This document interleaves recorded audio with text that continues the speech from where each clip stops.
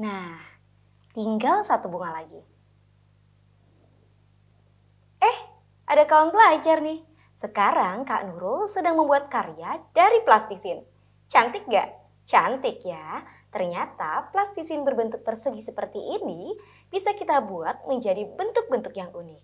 Seperti bentuk bunga, bentuk aneka makanan, buah-buahan, hewan, dan lain-lain. Kok bisa ya? Ya bisalah, karena adanya gaya yang bisa merubah bentuk benda. Tapi, tahukah kalian apa yang dimaksud dengan gaya? Dan pengaruh apa saja yang disebabkan oleh gaya? Untuk lebih jelasnya, tonton video pembelajaran ini sampai habis.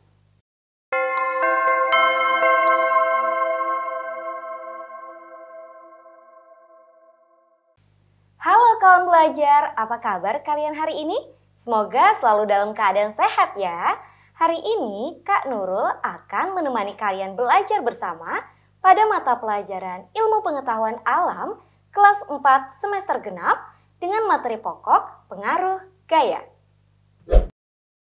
Sebelum pembelajaran dimulai, ada baiknya kawan belajar mengetahui tujuan pembelajaran kali ini.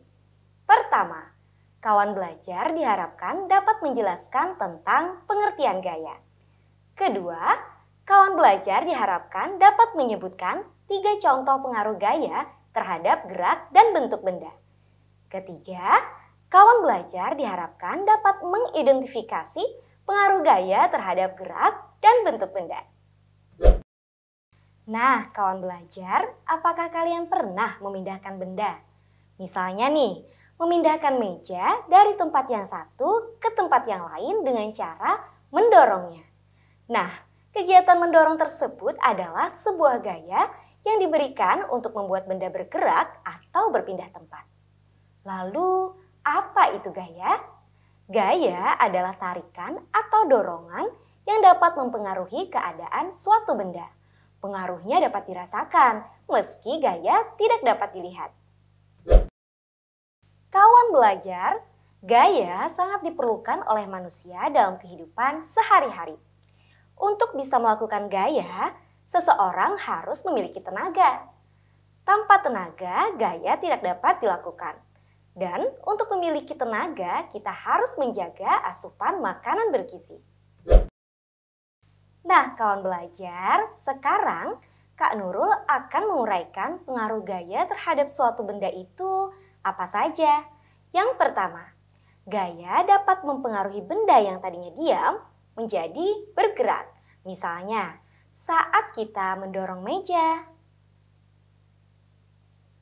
membuka pintu, mengayuh sepeda, menendang bola,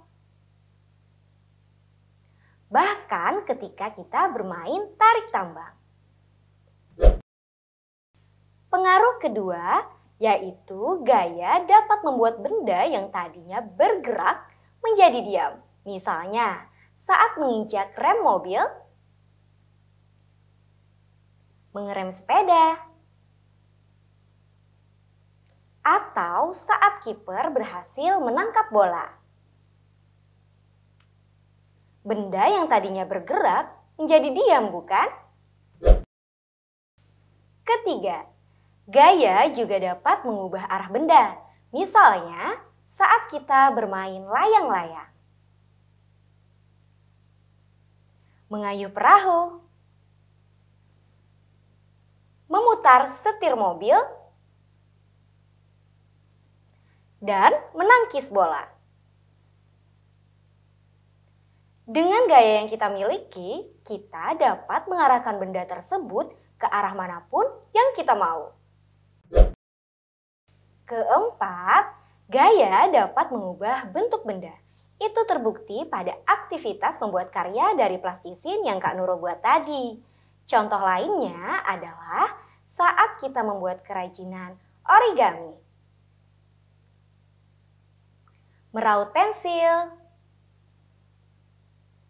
memotong-motong sayur, membuat tembikar, dan lain-lain. Nah, kawan belajar, setelah menyimak uraian dari Kak Nurul tadi, tentunya kalian sudah bisa memahami apa saja pengaruh gaya terhadap keadaan suatu benda. Sekarang, Kak Nurul mengajak kalian untuk mengidentifikasi pengaruh gaya apa saja yang bisa kita temukan pada video berikut ini. Simak videonya dengan teliti ya. Mau sepedaan dulu ah. Awas, jangan naik sepeda di sini dong. Hei lihat, bagus kan? Ini origami berbentuk kapal. Nah, bagaimana kawan belajar? Pengaruh gaya apa saja yang dapat kalian temukan pada video tadi? Apa? Iya, betul. Yang pertama, pengaruh gaya yang membuat benda diam menjadi bergerak. Dibuktikan dengan kegiatan mengayuh sepeda. Yang kedua, pengaruh gaya yang membuat benda bergerak menjadi diam. Dibuktikan dengan kegiatan menangkap bola. Dan yang ketiga, apa? Betul sekali, pengaruh gaya yang dapat mengubah bentuk benda. Pengaruh tersebut dibuktikan dengan kegiatan membuat kerajinan kertas origami. Nah, kawan belajar, itulah tadi pengaruh gaya terhadap gerak dan bentuk benda.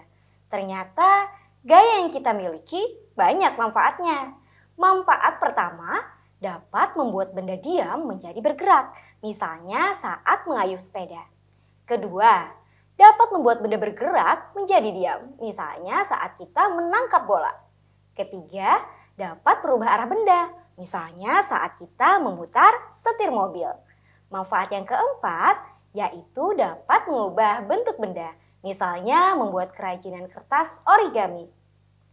Maka dari itu, bersyukurlah atas karunia yang maha kuasa yang sudah menciptakan kita sebagai hambanya. Sampai di sini dulu ya, Kak Nurul menemani kalian belajar bersama. Semoga bermanfaat dan menambah wawasan kita. Tetap jaga kesehatan dan semangat terus untuk belajar di portal Kawan Belajar, BTIKP Dinas Pendidikan dan Kebudayaan Provinsi Kalimantan Selatan. Selamat berjumpa kembali pada pembahasan materi yang lebih menarik lagi. Sampai jumpa!